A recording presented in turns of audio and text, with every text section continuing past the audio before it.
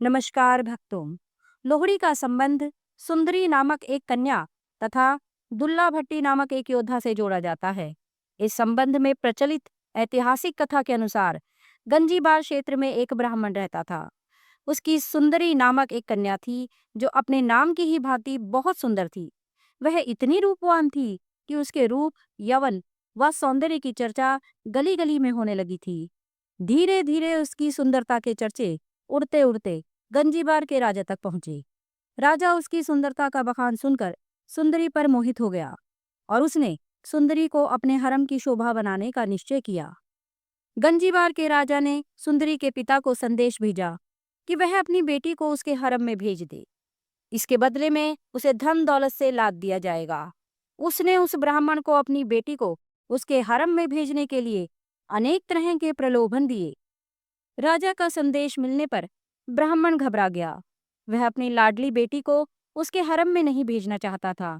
जब उसे कुछ नहीं सूझा तो उसे जंगल में रहने वाले राजपूत योद्धा दुल्ला भट्टी का ख्याल आया, जो एक कुख्यात डाकू बन चुका था। परंतु गरीबों व शोषितों की मदद करने के कारण लोगों के दिलों में उसके प्रति अपार श्रद्धा थी। ब्राह्मण उसी रात दुल्ला भट्टी के पास पहुंचा और उसे विस्तार से सारी बात बताई। दुल्ला भट्टी ने ब्राह्मण की व्यथा सुन उसे सांत्वना दी और रात को ही खुद एक सुयोग्य ब्राह्मण लड़के की खोज में निकल पड़ा। दुल्ला भट्टी ने उसी रात एक योग्य ब्राह्मण लड़के को तलाश कर सुंदरी को अपनी ही बेटी मानकर अग्नि को साक्षी मानते हुए उसका कन्यादान अपने हाथों से किया और ब्राह्मण युवक के साथ सुंदरी का रात में ही विवाह कर दिया। उस समय दुल्ला भट्टी के पास बेटी सुंदरी को देने के लिए कुछ भी न था।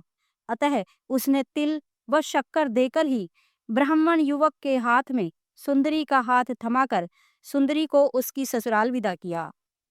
जब राजा को इस बात की सूचना मिली तो वह आग बबूला हो उठा।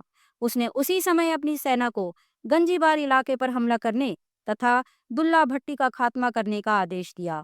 राजा का आदेश मिलते ही सेना दुल्ला भट्टी के ठिकाने की ओर बढ़ी, परंतु दुल्ला भट्टी और उसके साथियों ने अपनी पूरी ताकत लगाकर राजा की सेना को बुरी तरह धूल चटा दी। दुल्ला भट्टी के हाथों शाही सेना की करारी शिकस्त होने की खुशी में गंजीबार के लोगों ने अलाव जलाए और दुल्ला भट्टी की प्रशंसा में गीत गाकर भांगड़ा डाला। कहा जाता है कि तभी से लोहड़ी के अवसर पर गाए जाने वाले गीतों में सुंदरी और दुल्ला भट्टी को विशेष तौर पर याद किया जाने लगा।